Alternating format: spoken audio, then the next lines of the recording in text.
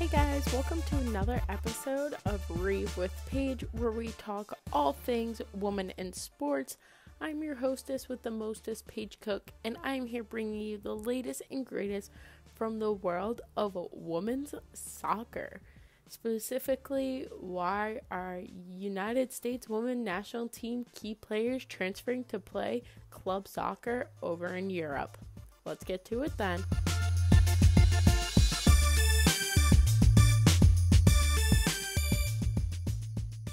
So the first place I think we really need to start and dive in with is this idea of why players are leaving the National Women's Soccer League, and we all know it. It's our best friend.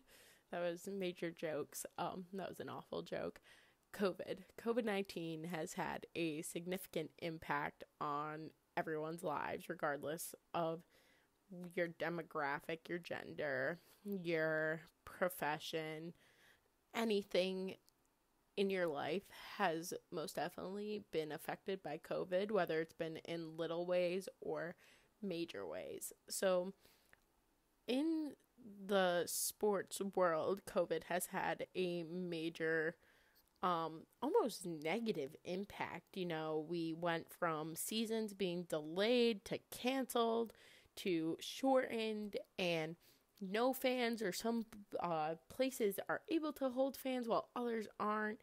And that really may not seem like it takes a toll on players, but it is, because how is it fair to them when they don't know when their next game or practice or training is? They don't know when they're going to be able to have that fan base back listening and cheering them on, and they're able to feed off of the energy.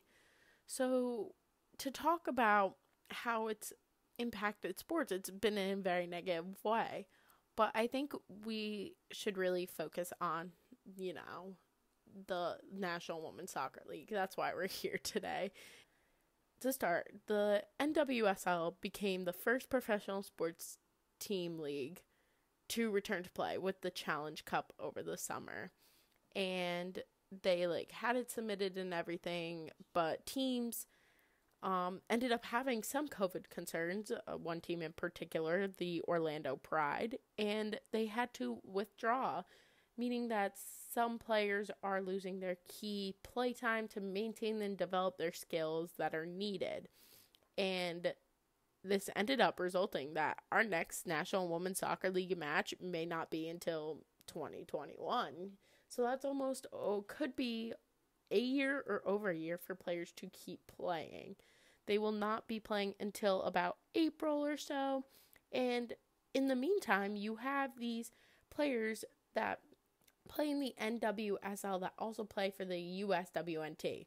So they need a place to play for the remaining time, because if they're not playing, you're losing the lack of fitness, you're losing a lack of skill, you're losing your team's dynamic, and it's really hard for players to just come and jump right out and pretend that that's not practiced on. You can't just show up to a field and expect all this skill to be maintained when you haven't been working on it for quite some time. And COVID has caused all other types of issues for players in regards to contracts and pay.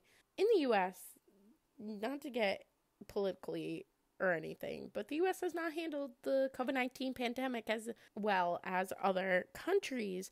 And that means that took a toll on sports. That took a toll on who will be able to play when. And we have the concept of international teams and then the national U.S. teams. So you have players choosing to take some time away from U.S. sports, since sports in other countries are still occurring, and they want to play there to maintain that skill. So they choose to go internationally. Now, the thing with contracts in the U.S., the U.S. women's national team players, and they play in the National Women's Soccer League as global free agents, meaning they can play freely kind of wherever they want. The contracts are usually 1 year maximum. They're relatively short contracts. And you have players that are choosing to opt out of this season because they're not getting the time right now to play, to go sign a limited time, temporary contract over internationally. So that gives them the opportunity to keep playing and keep practicing and working. So who are some of these players that have left? We have U.S. Women's National Team players such as Samantha Mewis and Rose Lavelle. Key players. A lot of people know who they are. They both left to go play in Manchester City. Emily Sonnet has moved to Sweden to play, I'm going to butcher this name, but Göteborg FC.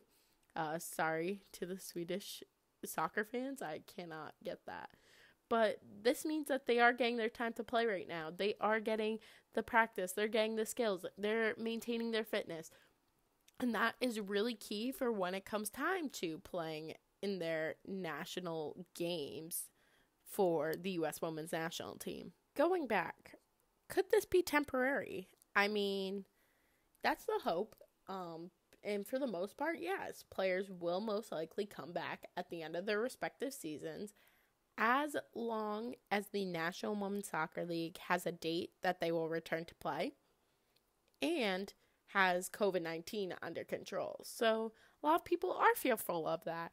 You have players like Alex Morgan, just had a baby, has a family now, and COVID-19 was probably a really big concern for her and her family and their safety. In fact, Morgan was another key player to leave the United States to go play, and she's currently playing for Tottenham in England. So she's not someone who, she's someone everyone knows. Regardless, Alex Morgan, key player. Almost the face of the U.S. women's team. So for even her to leave, that's really saying something to these leagues and to basically U.S. government, and saying, look, you guys got to figure out COVID before you expect us to come back and play, or we need seasons to make sure we are in shape and prepared for what is coming. A lot rides on the backs of the U.S. Women's National Team. They have titles to defend. They are seen as the best team in the world, and it's just they want to keep performing like that. They don't want to fall apart. And another reason this is only going to be temporary, most likely, is because the pay in the U.S. is much better.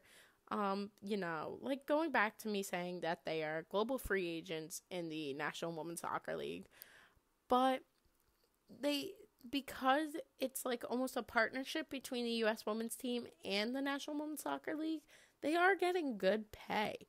And the pay does not compare to what it is in Europe. It doesn't compare. So right now they're probably not there for the pay, or they're not there for the money. They're definitely just there to maintain that experience, maintain that exposure, and maintain their health. So the good news about all of this is that the absence of the National Women's Soccer League allows players to branch out and explore other opportunities. And I'm sure if we didn't have this issue and that the National Women's Soccer League was still playing, you would have your players still playing for the teams. You would have them not be expanding. And by having COVID, you're allowing players to take a risk. You're allowing them to feel out other teams. You're allowing them to discover other aspects of a team dynamic. And this can teach them how to broaden their views when they come back to play on the women's team. Of course, like I said, you have Mewis and Lavelle playing together in Manchester City. So they're able to bring that dynamic that they have in the U.S. to the UK. But that doesn't mean that they're not meeting new people and they're not developing these new bonds and relationships with players globally. And it really gives you that new aspect and idea of what is to come. So hopefully we can all just see that taking this risk is huge for the National Women's Soccer League and the United States Women's National Team as a whole. This is big. This is needed. COVID-19, this was great. Thank you, but I would like you to disappear sooner or later, or sooner rather than later. But this is what I think was needed for this national team to keep the momentum going and keep them in shape. And for their next big appearance as a team, I bet you they will come out stronger. They will come out better. They will come out more fierce, more dynamic, more, lot of good things I think are to come from this change. I would love to hear your guys' thoughts, ideas, overall taking aways from this conversation. It's a lot to process, and like I said, COVID has thrown so many unexpected turns at us that this is all new, not only for the players, but for the leagues and the fans, and trying to understand what it is that they feel is kind of difficult. We can have the general understanding that yes, they want a change, they want to keep playing because this is what they are passionate for, and we just want to be able to witness this. And I'm sure, just like all of you who are listening to this podcast, whether you have an interest in soccer or not, the missing concept of sports is really detrimental for the fan base, for the leagues, for not even just money-wise, but just you're losing the whole, I think, atmosphere of it. And hopefully we can have that back sooner. Thank you for following today's episode and highlights of women in the soccer industry, specifically the women's national team and the National Women's Soccer League.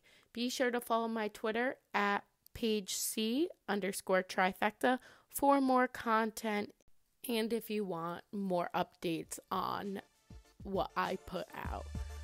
That is all, folks, and we'll see you next time on Rave with Paige.